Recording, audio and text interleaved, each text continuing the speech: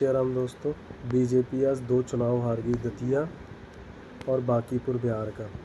कहते बिहार में तो लगातार 31 साल से जीत रही थी, 2010 से और उससे पहले भी नितिन नवीन की सीट जो खाली हुई थी।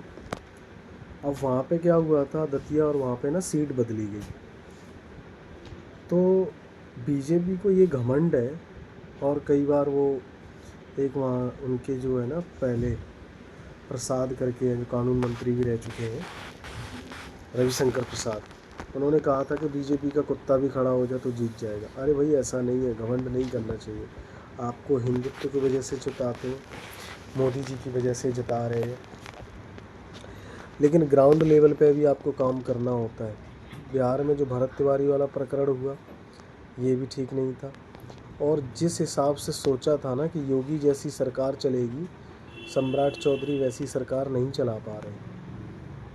भाई, तुम्हारे पास बीजेपी के पास इतना बढ़िया तंत्र है, एक तरह का बड़ी मल्टीनेशनल कंपनी की तरह कार्य करता है, आईटी सेल है, बहुत अच्छा वो है, लेकिन फिर भी ये लोग ना ग्राउंड लेवल पर ठीक से नहीं उतर पाते। अब इसका खामियाजा इनको कहीं यूपी में ना भुगतना पड़ जाए। और बीजेपी के अंदर गुटबाजी चलती रहती है।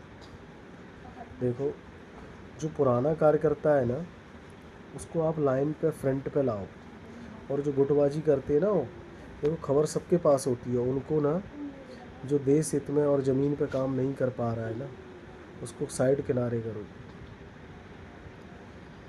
ऐसे देखो कई सारे अच्छे लोग निकल के चले जाते हैं, जैसे इन्होंने यहाँ टी राजा को निकाल दिया। साउथ इंडिया में वो छोड़ के चले गए, क्या नाम है, एक अन्ना मलाई।